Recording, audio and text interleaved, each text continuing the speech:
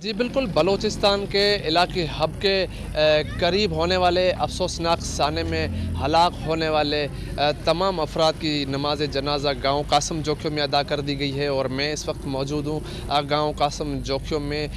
जनाज़ नमाज़ में वज़ीर आला सिंध सैयद मुराद अली शाह ने भी शिरकत की। उसके साथ साथ ठट्टा के मुंतखब नुमाइंदों के साथ सियासी समाजी व इल्मी शख्सियात ने जो है बड़ी तादाद में नमाज़ जनाज़ा में शिरकत की, जबकि हलाक होने वाले तमाम अफराद को यहीं कासम जोखियों के मकामी कब्रस्तान में उनकी तदफीन कर दी गई है। और इस वक्त जो है ठट्टा में हर तरफ शोक का समा है और इस वाक़े हादसे में जो ज़ख्मी होने वाले अफराद हैं वो इस वक्त कराची के मुख्तलिफ अस्पतालों में ज़ेर इलाज है। और वज़ीर आला सिंध ने भी इस वाक़े पर, इस सानहा पर इज़हार अफसोस किया है, जबकि यहाँ पर भी ठट्टा के शहरी जो है वो बड़े तादाद में जो है गाँव कासम जोखियों में पहुँच गए हैं। गुस्सा से लवाकिन से इज़हार हमदर्दी भी करें और फ़ातह ख़्वानी भी जो है कर रहे हैं। जबकि लेकिन इस वक्त ये सानिया जो है वो भी ईद की खुशियाँ जो मातम में तब्दील हो गई थी। गाँव कासम जोखियों में हर आँख अश्क बहार है।